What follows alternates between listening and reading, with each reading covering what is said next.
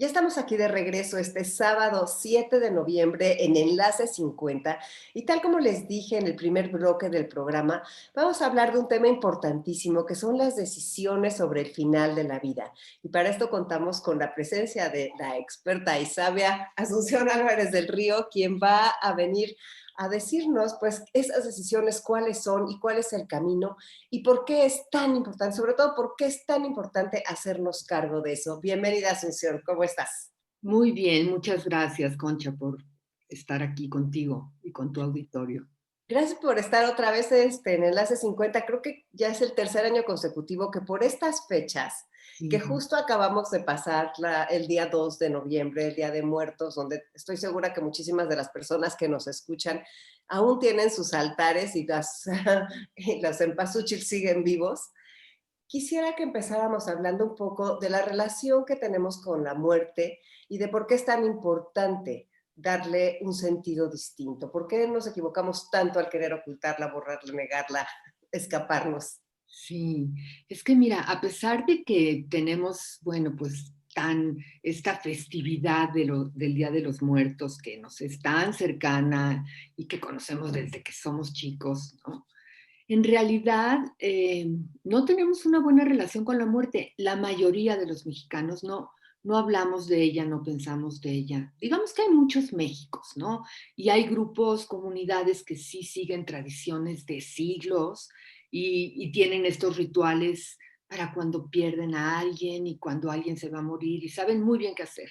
Y de hecho son los que más en serio viven estos días de festividades de los muertos. Los demás como que nos gustan, estamos ya acostumbrados, es una celebración y desde chicos estamos acostumbrados pues, a tener esta cercanía con el folclore de la muerte. Pero fuera de eso, la verdad es que no pensamos en la muerte, no hablamos en la muerte, porque como muchas otras sociedades occidentales, se impuso una especie de negación sobre la muerte que consiste no en que no creamos que no es que no creamos que nos vamos a morir, o más bien, sabemos que nos vamos a morir, pero no lo creemos del todo, realmente. Actuamos como hemos aprendido a voltear a otro lado cuando aparece el tema de la muerte. No sabemos cómo hablar con alguien que está en una situación cercana a la muerte porque sentimos que seguramente vamos a decir algo mal. No sabemos qué hacer, cómo acompañar a alguien que está viviendo una situación, porque nunca aprendimos, nunca tuvimos esta práctica de saber cómo hablar. Aprendimos a que de eso no se habla, ¿no? Los niños pueden tener una experiencia de muerte y hacer preguntas desde su curiosidad y desde ahí reciben el mensaje de esto perturba mucho a los adultos, de esto no hay que hablar.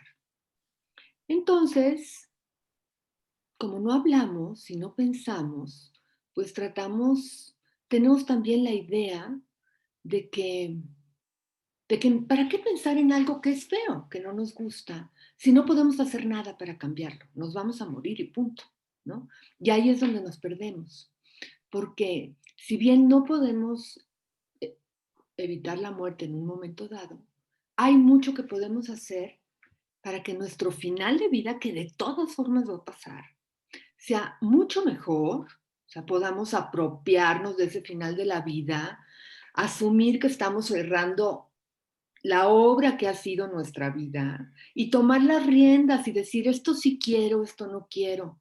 Y como lo más probable es que estemos en un contexto de atención médica, porque ahí es donde muere la mayoría de los mexicanos hoy.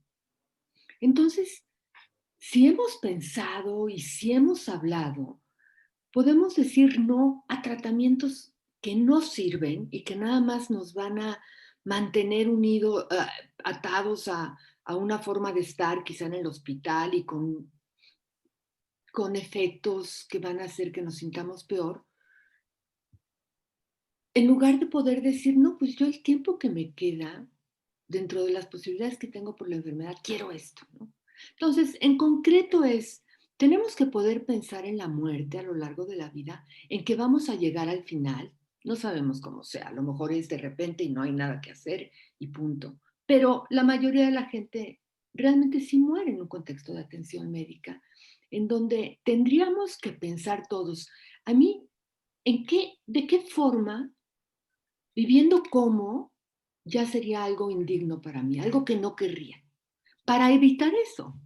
Porque lo que sucede es que mucha gente, pues no es que quiera estar así, pero es que no supo cómo hacer. Los médicos también creen que tienen que seguir tratando. Los familiares quieren tanto que su familiar siga viviendo, que creen. Es un error creer que la medicina siempre puede hacer algo. Puede hacer algo a veces cuando hay tratamientos, pero a veces no. Y sin embargo se hace, porque para los médicos es mejor hacer algo que no hacer nada, ¿no? Y el que queda al final en estas situaciones es el paciente, ¿qué quiere? Y tiene que estar al principio, ¿no? Bueno, por eso hay que pensar, hay que, hay que hablar, hay que decir, yo no querría esto, si yo ya no puedo decir esto, por favor ustedes no tienen que tener claro qué es lo que para mí es una vida digna y cuál no, para que hablen por mí, porque yo ya no voy a poder hablar por mí. Claro. Eso puede suceder, por supuesto. Entonces, es parte de las decisiones sobre el final de la vida. Y Claro. dentro de esas decisiones sobre el final de la vida, o sea, nosotros, pues ya cuando vas cumpliendo años, como que vas avanzando, sabes que el final está más cerca, es inevitable no tenerlo claro. Este programa está dirigido para personas de 50, 60, 70, 80, personas que nos vamos acercando y Claro. entonces, lo que es muy importante es ir armando nuestro paquete de decisiones y nuestro paquete de convicciones y de preguntas, porque no es nada más en cuestión, o sea, desde luego que toda la cuestión de salud es fundamental, pero son muchas más preguntas las que nos tenemos que ir haciendo. Me gustaría que te presentes con las personas que nos están escuchando y que nos digas, eres doctora en bioética, tienes muchísimas otras preparaciones. ¿Cuál es por qué te acercaste a este tema y cuál ha sido el cambio que se ha producido en ti a través de los años, porque ya son muchos años de trabajar?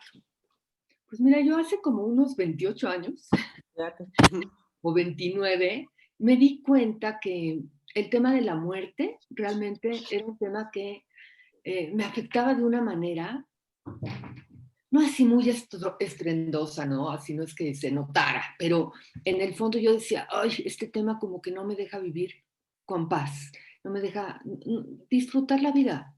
No tengo una respuesta hacia ese dato contundente de que un día me voy a morir. Eso me quitaba la paz, ¿no? Entonces, pues yo con mi formación de psicóloga, pues lo había trabajado mucho en mi propio análisis y sí, me había ayudado bastante, pero yo sentía que tenía que hacer algo más. Entonces un día dije, así, como yo necesito trabajar con la muerte, ¿no? Fue como pues, una idea que me surgió y que realmente fue el principio de este trabajo que llevo haciendo, sí, ya como unos 27 años en la UNAM, porque yo lo que quería era como, pues, saber más de la muerte, entender de la muerte. Lo que me di cuenta después es que pude hacer algo como de, pues no sé, darle un rodeo a la muerte, convertirlo en un tema de investigación, pero, y afortunadamente pude entrar a la UNAM con un plan que es primero para hacer una investigación por un año, una investigación en donde mi pregunta personal yo la puse pues de manera académica, ¿no? No qué me pasa a mí con la muerte, sino qué les pasa a los pacientes que se van a morir cuando están cerca de la muerte. Bueno, eso me hizo leer muchísimo. Me fui dando cuenta, pues de lo primero que te das cuenta es que es una pregunta que ha acompañado a los seres humanos a lo largo de toda la historia, por eso hay infinidad de libros que leer desde todas las ramas. Me fui sintiendo muy acompañada, por supuesto, porque mis preguntas las reconocía.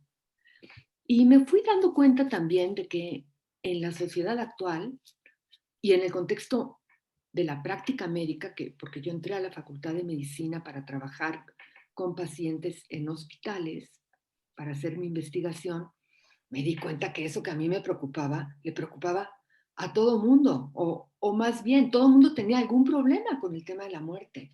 Los pacientes muchas veces, desde entonces, y todavía sigue pasando, aunque podemos decir que cada vez menos, no se les habla de lo que les está pasando, porque hay la idea de que lo peor que le puede pasar a alguien es saber que se va a morir.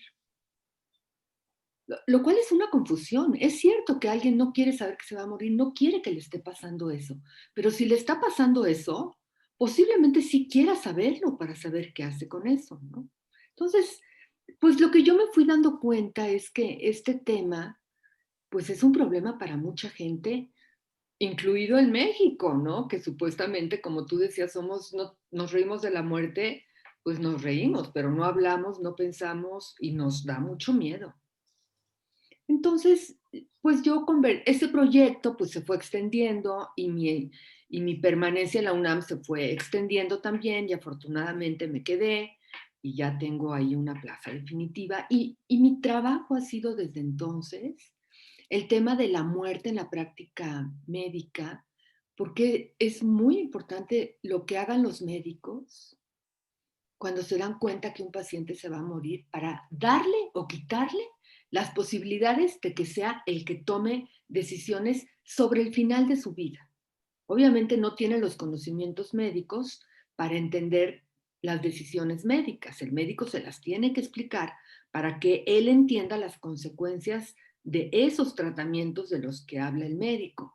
Pero lo que es esencial es que el médico tenga claro, aquí estamos en el final de la vida de esta persona. Y el final de la vida es muy importante. Como se ve como problema, como no sabemos qué hacer, las gentes a veces mueren solas porque nadie sabe cómo acercarse y cómo hablar, ¿no? Y no se le da importancia a ese último momento en donde todavía tienes tiempo para darle sentido a cosas si todavía hace falta, para arreglar, para irte en paz, para acomodar, en fin, para decidir cómo quieres poner fin, así como se pone el fin en una obra, a tu obra, a tu vida. Entonces, por eso, pues junto con eso, de ocuparme del tema de la muerte en la práctica médica, tanto en investigación como en docencia, sobre todo, pues yo doy clases a estudiantes de medicina, pues con un tema que es el médico ante la muerte, como para hablar de todo esto, ¿no? Pero esto también me llevó a darme cuenta de que hay decisiones médicas, porque se dan en el contexto de la atención médica, que tienen que ver con prolongar o no prolongar la vida. Y otras más controvertidas, que son la eutanasia y el suicidio médicamente asistido, en donde una persona en un momento dado, debido a la situación que está viviendo, lo que quiere es ya dejar de vivir, porque su vida implica un tremendo sufrimiento o una situación indigna y ya no la quiere vivir más, pero no puede, él no tiene la forma de quitarse la vida bien, ¿no?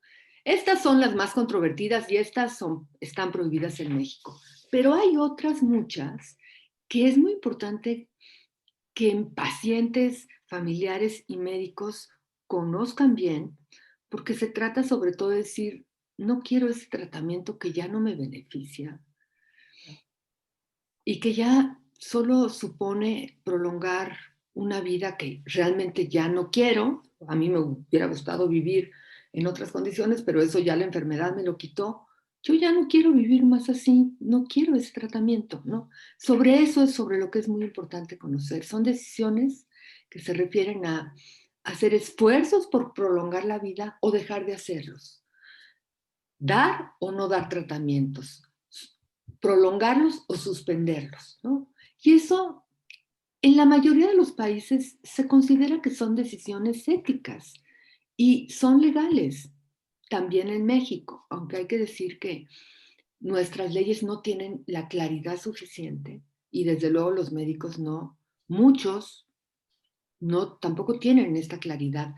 Y lo que es peor, no tienen la confianza de que están actuando éticamente, de que se vale decir, hasta aquí llega lo que la medicina puede hacer, ya no tengo por qué seguir haciendo cosas, ¿no? La medicina no está para usar todo lo que existe solo porque existe, está para buscar el beneficio. Y si esto ya no beneficia, ¿no? Porque un error que hay es creer que siempre más vida es un bien.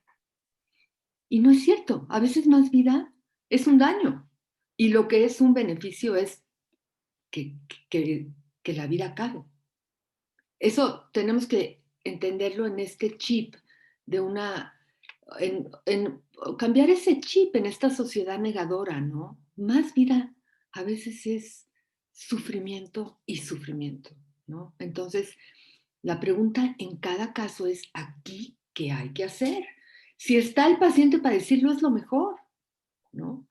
Si no está, ojalá se haya ocupado de hacer una voluntad anticipada. Esa es otra cosa que tenemos la responsabilidad de hacer mientras podemos, ¿no? Establecer qué cosas no querríamos y qué cosas sí, ¿no? Por si acaso estamos en una situación en donde ya no podamos decirlo.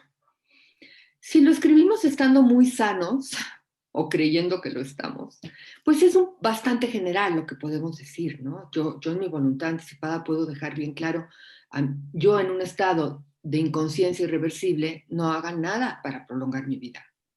Yo en un estado de demencia avanzada no haga nada para prolongar mi vida.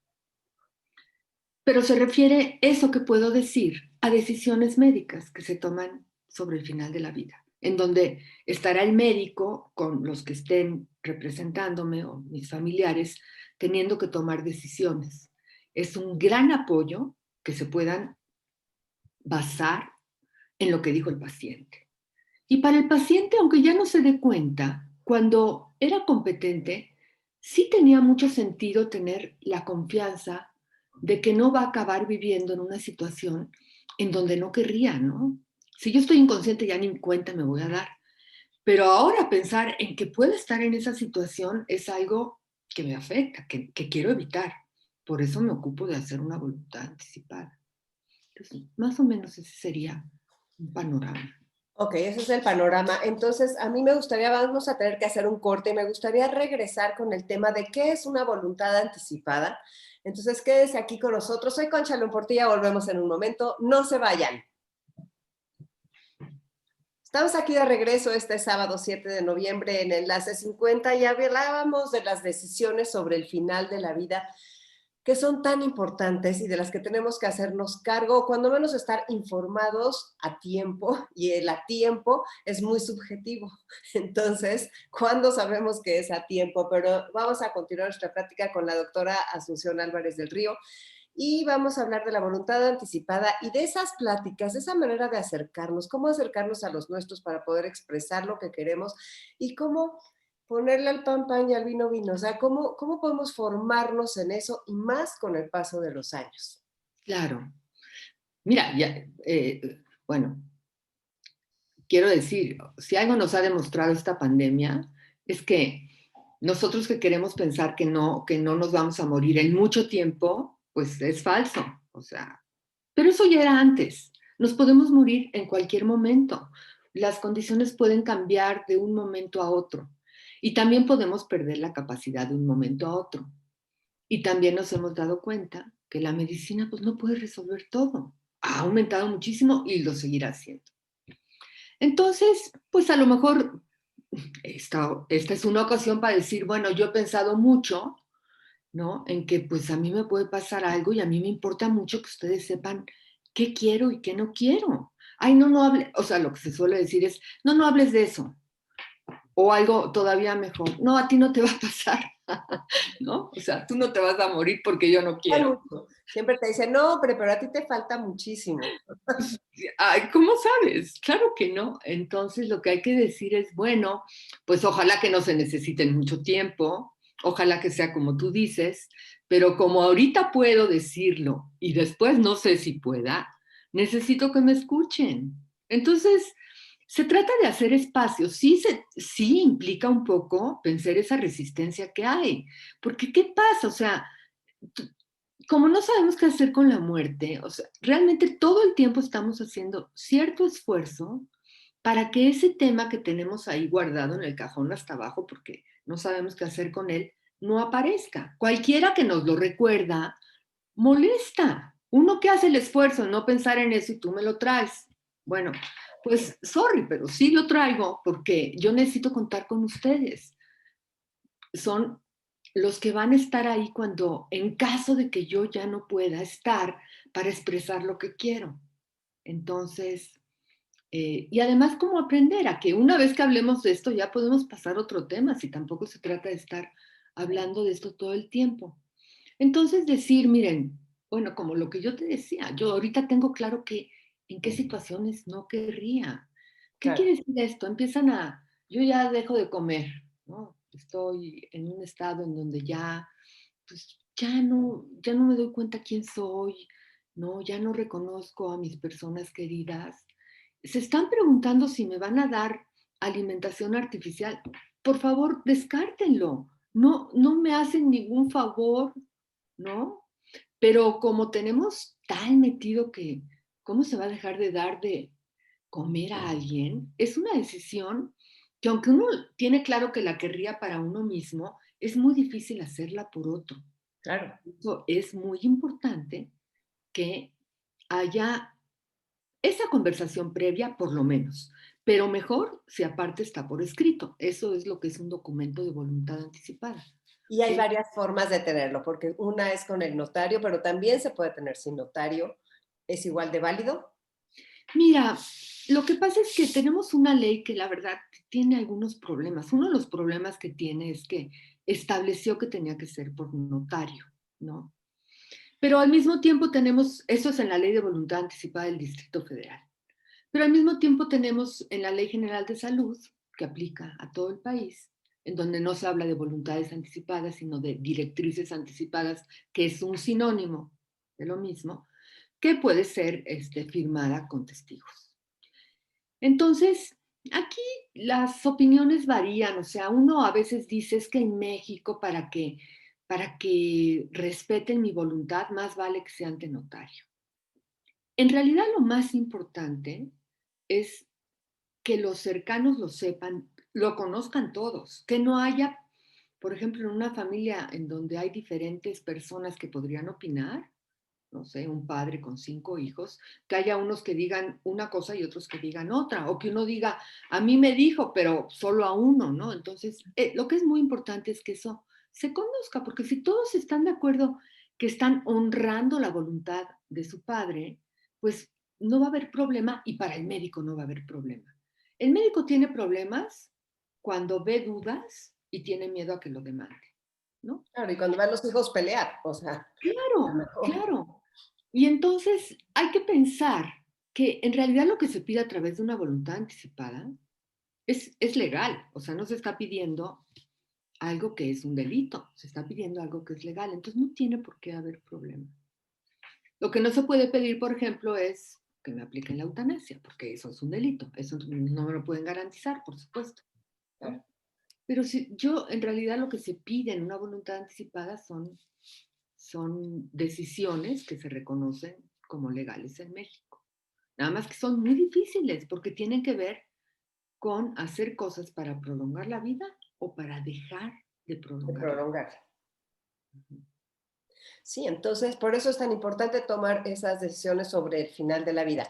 ¿Y cómo irnos preparando nosotros así? Eso, bueno, en tu cercanía con la muerte, en eso que has vivido, en eso que has acompañado, que has estado cerca de familias, que has estado cerca de personas, la experiencia.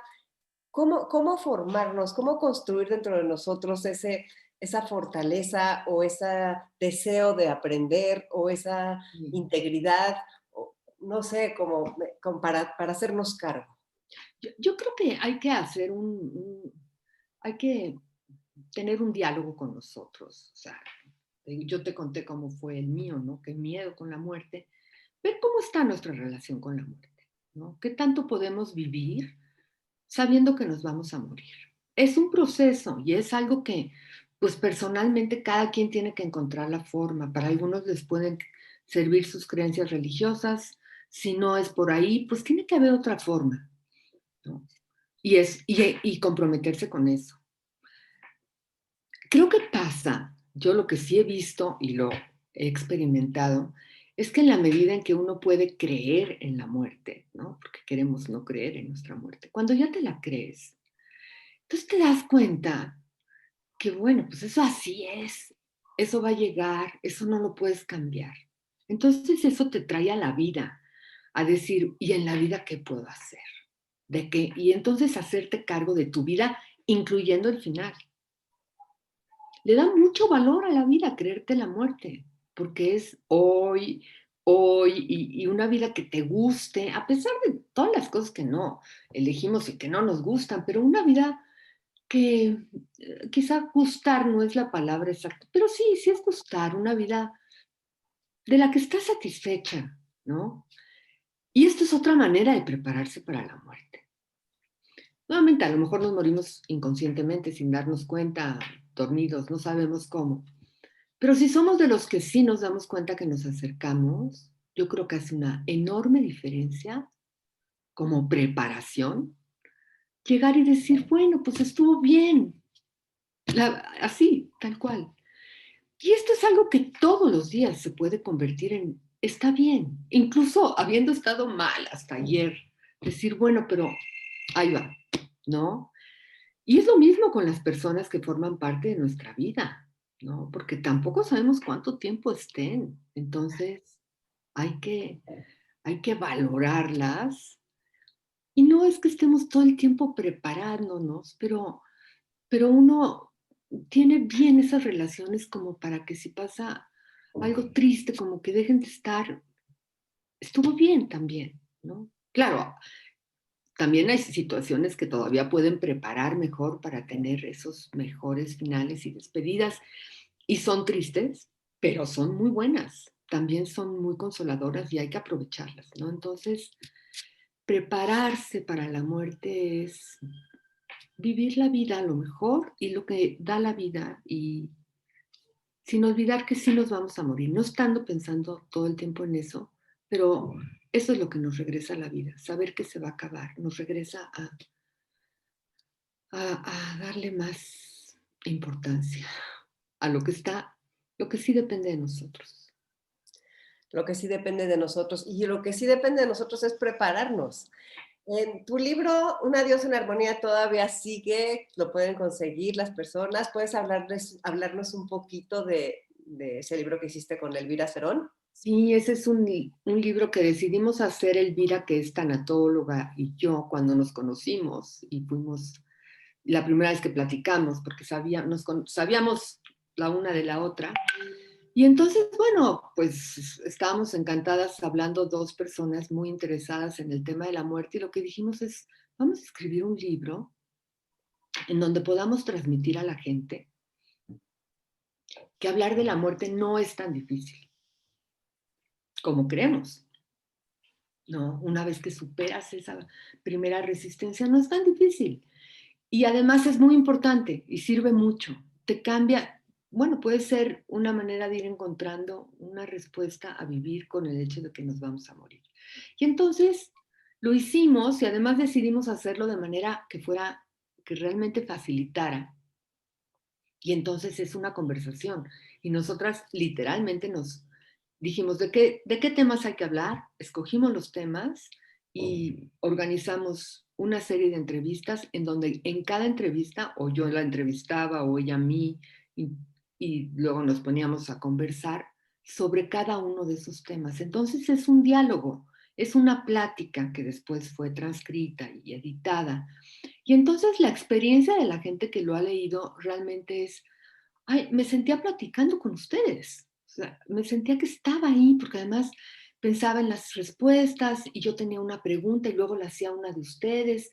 Entonces, creo que sí es un libro que facilita mucho este acercamiento a la muerte, en donde uno se reconoce con preguntas como ¿por qué la muerte? ¿Qué hago con la muerte? ¿Y por qué no hablamos de la muerte? Pero también sobre las decisiones, también con muchos ejemplos de casos de personas que se acercan al final de su vida y cómo se va venciendo esa resistencia en ellos, y también de acompañamiento después de la pérdida de algunas personas, ¿no? Que por el fallecimiento de familiares cercanos, porque Elvira tiene una práctica como tanatóloga, entonces da el testimonio de experiencias que yo creo que son muy, pues, pues una manera muy, muy clara de ver qué se puede hacer cuando uno cree, ¿cómo se puede con este dolor? Pues sí se puede.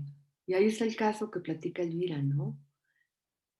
Bueno, cuando estábamos haciendo el libro, fue el fallecimiento de mi papá, así que yo también hablé de eso, porque estábamos escribiendo un libro sobre la muerte y me estaba pasando esa experiencia. Y además era cuando el tema que tocaba hablar era sobre los médicos, y en el caso de mi papá, pues realmente la manera en que los médicos actuaron fue muy importante, porque fueron médicos muy claros, pero muy cálidos. Entonces, pues hablé de eso también, ¿no? Entonces es un libro que yo creo que es muy accesible para un tema que nos parece muy difícil. No está en librerías. Las autoras tenemos libros, si alguien quiere mandar por ellos, ese es un medio, pero durante esta pandemia lo donamos a una, una página o un programa que organizó la Secretaría de Cultura de la Ciudad de México, que es muy bonita para apoyar en temas de duelo y de muerte, que se llama Bordando Memorias desde el Corazón. Entonces ahí se puede conseguir el PDF completito. Bueno, creo que ya incluso si se googlea Un adiós en armonía PDF, ya automáticamente sale y realmente es con mucho gusto que podamos compartir las autoras en estos tiempos más difíciles este libro, que pues creemos que sí sirve. Definitivamente, definitivamente sirve. Dentro de las decisiones sobre el final de la vida, o sea, la gente se imagina que es toda la parte médica y definitivamente es toda la parte médica. Sin embargo, existen otras cosas que, Claro. como por ejemplo el tratar, me imagino, o sea, desde luego la parte legal es fundamental. O sea, tenemos que hacernos cargo de un testamento y de es nuestra obligación como seres humanos esa decisión sobre el final de la vida, tener las cosas en orden y un testamento escrito.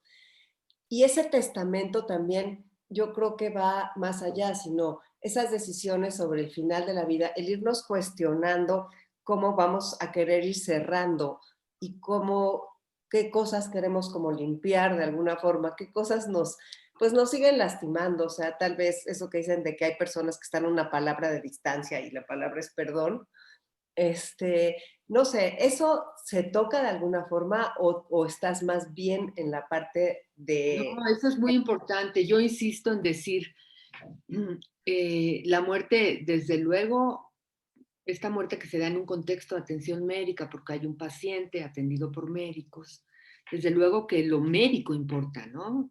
Y además, hay que decir, las decisiones sobre el final de la vida, de ya no prolongar la vida o ya no intentar curar lo que no se puede, pues tienen que ir acompañadas de cuidados paliativos, de dar todo lo que alivie todos los síntomas físicos, pero también de atender las necesidades emocionales, sociales, espirituales, ¿no? Y yo, por eso, insisto, o sea, sí, la muerte es un asunto médico en un sentido, que toca atender a los médicos, pero es sobre todo un asunto humano, social, en donde no hay que convertirlo justamente en un asunto médico como a veces vemos morir a la gente, en donde lo único que cuenta es cómo subió esto, cómo bajó, qué se le pone, y todo lo otro está anulado. No hay lugar para lo que se necesita hacer cuando se acaba una vida, ¿no? Y nuevamente, eso va desde asumir que está pasando eso, que a veces se quiere hacer como que nos está pasando eso y se habla con el paciente como si tú échale ganas y mañana vas, cosas totalmente fuera de lugar. Hay que asumir que se está muriendo. Y cuando se asume que alguien se está muriendo y que queda poco tiempo para hablar con esa persona, ay, pues entonces esa palabra que es perdón, pues uno toma conciencia de que o la digo ahorita o se perdió. Bueno, después a lo mejor puedo hacer, digo, ahora también en la pandemia hemos visto que cuando no se pueden hacer esas despedidas, hay que hacerlas de alguna manera después, como un ritual, porque son importantes. Pero nada como hacerlas en directo si se puede, ¿no? Entonces yo creo que, por supuesto, hay que tomar nota. que la muerte es más lo que antes era, un asunto humano, siempre acompañada la persona que se iba a morir de otros, ¿no? Después ya vino la medicina a tratar de arreglarlo y tratar de hacer que llegara después, pero sí llega un momento en donde hay que poner a la medicina otra vez en su lugar y decir, hasta aquí llega lo que la medicina ofrece y ahora hay que ocuparnos de lo humano de este asunto, que es morir y terminar lo que se hizo aquí.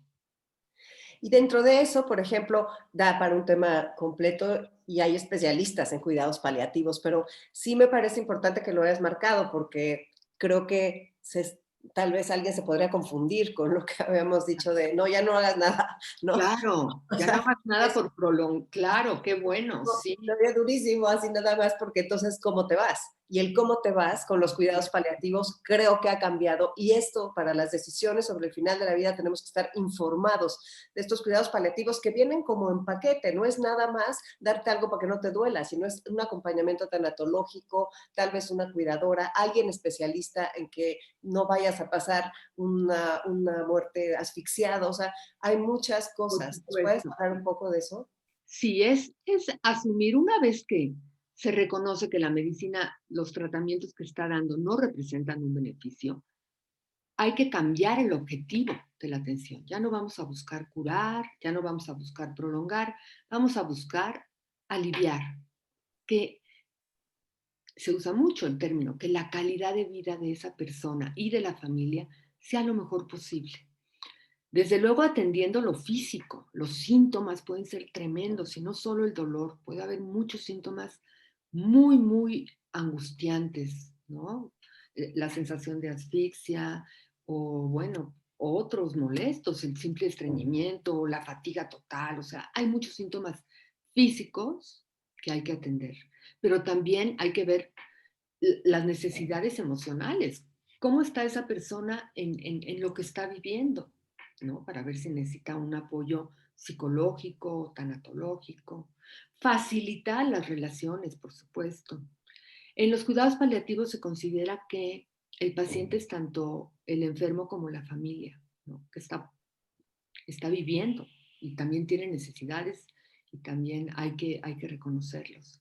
Y también si estamos hablando del final de la vida, porque ahora, bueno, ya cada vez se dice más, los cuidados paliativos no deben ser solo al final de la vida, deben ser dar alivio a cualquiera que lo necesite. A lo mejor alguien está empezando un tratamiento para el cáncer y también necesita atención paliativa, cuidados paliativos. Pero bueno, sobre todo en el final de la vida, la otra gran necesidad es la espiritual, ¿no? Que para algunos será en términos de religión y para otros no. Entonces, sí es importante saber, ¿no? Los pacientes, los familiares, y hay que educar todavía a los médicos, que esto es un derecho, ¿no? Se ha avanzado mucho en normas y de hecho se consideran obligatorios, pero la verdad es que falta mucho desarrollo, se necesita que haya más gente formada en estos cuidados y se necesita que los mismos médicos lo sepan, ¿no? Yo he escuchado familiares que dicen, pero ¿cómo? A nosotros nadie nos dijo de eso.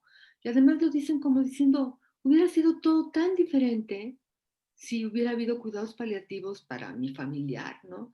Entonces, esa es la idea, que ya, que no se tiene por qué morir mal, no, no tiene por qué llegarse a la muerte tras un sufrimiento, o sea, sin duda que es un acontecimiento que implica dolor por lo que termina y por la separación, pero puede haber mucho consuelo al mismo tiempo y un homenaje a una vida que está acabando, ¿no?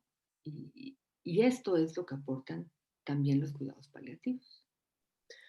Pues ya se nos acabó el tiempo, muchas gracias. Qué bueno que sigue la vida, aunque se nada más acabó el tiempo de la entrevista. Sí, tenemos tiempo todavía. A ver cómo lo queremos usar. Claro, muchas gracias por tu tiempo, muchas gracias por todo lo que aprendimos y nada más darles un cierre, por favor, a las personas que nos escucharon. Pues yo creo que es una invitación a apropiarse de su vida, que incluye la muerte, y el final, pues, el final, que también de eso pueden ustedes, puede, podemos apropiárnoslo, ¿no? No dejar que nos lo quiten, ¿no? Y eso empieza desde haberlo pensado antes, haberlo platicado antes, y si llegamos a estar en esa situación en donde ya las cosas, los médicos ya no las van a poder arreglar, desde al médico poder transmitir, dígame lo que me pasa para que yo me pueda apropiar, porque los médicos muchas veces creen que la persona está tan poco preparada que le tienen que contar otra cosa. Y ahí empieza a desviarse la cosa y uno ya no se puede apropiar de esa parte de vida que le queda, que todavía tiene más valor, porque es la poca que queda, ¿no? Entonces, y como decía antes, y hacer eso nos va a regresar a la vida mientras la tenemos y a vivirla, que es lo que nos toca. Pues muchas gracias y que estés muy bien. Igualmente, gracias, gracias a ti. Jorge León Portilla, regreso con ustedes en un momento aquí en Enlace 50. Quédense con nosotros.